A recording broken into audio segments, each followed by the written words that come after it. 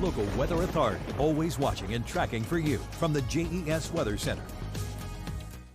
Well, unfortunately, our Labor Day was pretty wet, but the rainfall totals that we had really paled in comparison to what they saw in New England. 9 to 12 inches of rain near Cranston, Rhode Island, and there was 3 to 6 inches of rain in southern Connecticut. Luckily for them, they are going to be turning drier later on this week, but all that rain certainly causing some flooding concerns and really drive home just how much rain that was. In Roanoke, since July 9th, so the last 2 months, 9 inches of rain for us.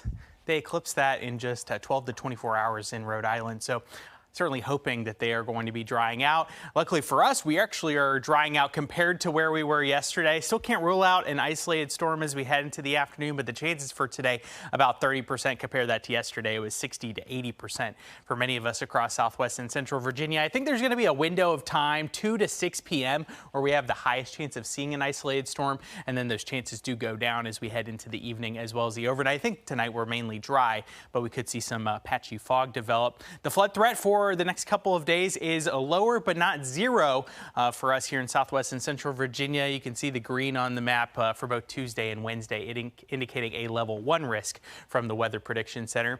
Temperatures certainly responding to the drier weather today. Yesterday, the high in Roanoke was just 78 degrees. Already have made it into the low 80s, and joining the low 80s in Roanoke, you can see Lynchburg, Danville, and South Boston. The places that are a little bit cooler include Wytheville, Blacksburg, Hillsville, and then up into Lewisburg, as well as Hot Springs. I think our temperatures continue to warm up by a few more degrees as we go into the afternoon. Many of you are going to be seeing highs peak in the 80s, especially if you live in Roanoke, Lynchburg, or Southside. We're likely to be in the low 80s in the New River Valley and Highlands. Finally, the Salem Red Sox back at home. They wrap up their homestand, or they're going to have their final homestand this week against Fredericksburg. So at first pitch, it looks like the temperature around 80 degrees. We get into the middle 70s by the end of the game. Can't completely rule out a stray shower this evening, but I think we are going to be able to get that game in over in Salem. I mentioned that possibility for patchy fog overnight tonight. Our lows in the 60s, so a little bit above average for this time of year. And then temperatures on Wednesday, not as warm as today, but I think it's still warmer than Labor Day was. The highs in the 70s and 80s, and another possibility for some scattered afternoon or evening storms. So here's a look at what we're tracking. Our weather headlines. Something we're looking forward to later on this week is a slight dip in the humidity. It looks like that'll be with us Thursday and Friday, but eventually the humidity does pop back up over the weekend, and we could see a few more storms, especially as we head into Sunday. So I want to zoom things out, give you a look at what we're tracking. So these are the kind of persistent systems we've been dealing with over the past 48 hours or so.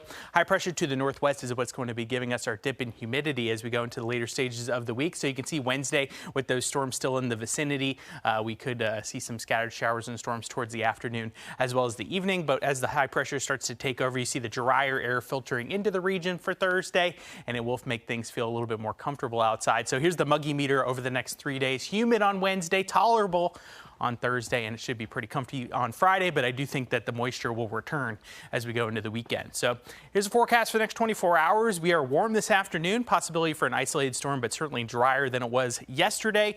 Can't rule out some patchy fog as we go into tonight, a low of 67. Here's your extended forecast. Wednesday, some scattered storms around. I think we're mainly dry Thursday, Friday. It is going to feel a little bit more comfortable outside as well. Keep that in mind for in your town. There's a whole lot of big festivals. There's football, all of these things happening this weekend, Jaffney, and it's one of those forecasts that you want to check the radar. You want to check back for updates because potentially could see some rain over the weekend.